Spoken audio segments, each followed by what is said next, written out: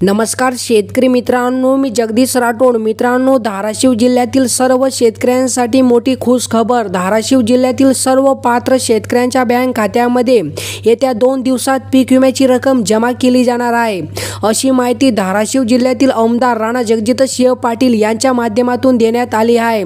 मित्रांनो, जर तुम्ही देखील या धाराशिव जिल्ह्यातील शेतकरी असाल तर ही आनंदाची बातमी तुमच्यासाठी आहे। मित्रांनो, धाराशिव जिल्ह्यातील शेतकऱ्यांच्या बँक खात्यामध्ये येत्या 2 दिवसात पीक विम्याची रक्कम जमा केली जाणार आहे, अशी माहिती आमदार पाटील साहेब यांनी दिली आहे। मित्रांनो, या ठिकाणी तुम्ही आमदार पाटील साहेबांचा लाईव्ह व्हिडिओ बघू शकतात। नमस्कार। आपल्या 6 मंडळातला म्हणजे धाराशिव जिल्ह्यातील 6 मंडळातला 2022चा जो पीक विमा अजूनही शिल्लक आहे त्या बाबतीत आपल्याला माहिती द्यायची होती।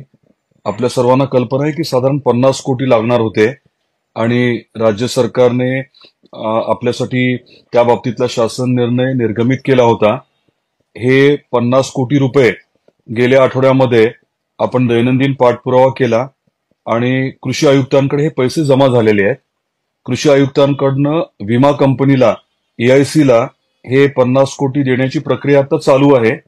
मोस्टली आज किंवा सोमवारपर्यंत हे पैसे EIC कडे उपलब्ध होतील आणि EIC च्या माध्यमातून अजून एक 2-3 दिवस लागतील, म्हणजे येणाऱ्या गुरुवार किंवा शुक्रवारपर्यंत आपल्या धाराशिव जिल्ह्यातील 6 मंडळाचे जे पैसे शिल्लक आहेत पीक विमा 2022चे ते गुरुवार शुक्रवारपर्यंत शेतकऱ्यांच्या खात्यावरती पडायला सुरुवात होईल, हे मला आपल्याला सांगायचं होतं।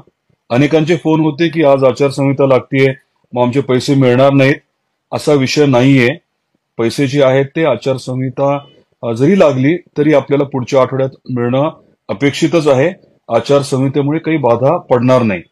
याच बरोबरीने आपले जे अनुदानाचे पैसे आहेत, दुष्काळी अनुदानाचे 3 तालुक्याचे म्हणजे धाराशिव, लोहारा आणि वाशी, हे पैसे देखील शासनाकडे आता उपलब्ध आहेत।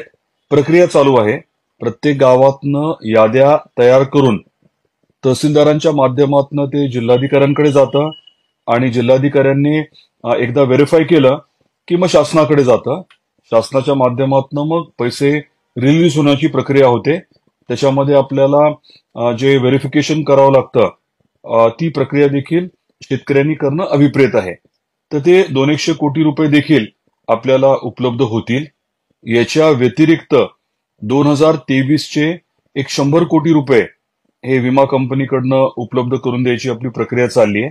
त्याचा देखील पाठपुरावा चालू आहे आणि 2020 आणि 2021च्या बाबतीत माननीय उच्च न्यायालयामध्ये आपला पाठपुरावा जो चालू आहे त्या अनुषंगाने येणाऱ्या 20 आणि 21 तारखेला सुनावणी आहे। जसं तिथे काही घडेल ते मी आपल्याला कळवणारच आहे। त्यामुळे कृपया आपण या बाबतीत चिंता करू नका। माझा दैनंदिन या विषयांमध्ये पाठपुरावा चालू आहे। आपल्याला आता हे पुढच्या आठवड्यात हे 50 कोटी आणि 2023चे 100 कोटी या बाबतीत फॉलोअप आहे। 2022च्या बाबतीत तर मी सांगितल्याप्रमाणे पैसे उपलब्ध झालेत कृषी आयुक्तांकडे, ते फक्त विमा कंपनीच्या माध्यमातून आपल्यापर्यंत येतील। आणि कोर्टाच्या मॅटरमध्ये तर मी बोलल्याप्रमाणे 20 आणि 21ला सुनावणी आहे आणि आपल्याला निश्चित न्याय मिळेल। या दुष्काळी परिस्थितीमध्ये जास्तीत जास्त आर्थिक मदत आपल्याला कशी मिळेल यासाठी आमचा पाठपुरावा नक्कीच चालू राहील। एवढंच आपल्यापर्यंत मला कन्व्हे करायचं होतं आता। आपले आभार, धन्यवाद। तर मित्रांनो, अशा प्रकारे ही काही छोटीशी अपडेट होती। जर तुम्हाला ही अपडेट आवडली असेल तर नक्कीच चॅनलला सबस्क्राईब करा, व्हिडिओला लाईक करा। चला मित्रांनो, भेटूया नवीन एका व्हिडिओमध्ये। धन्यवाद मित्रांनो।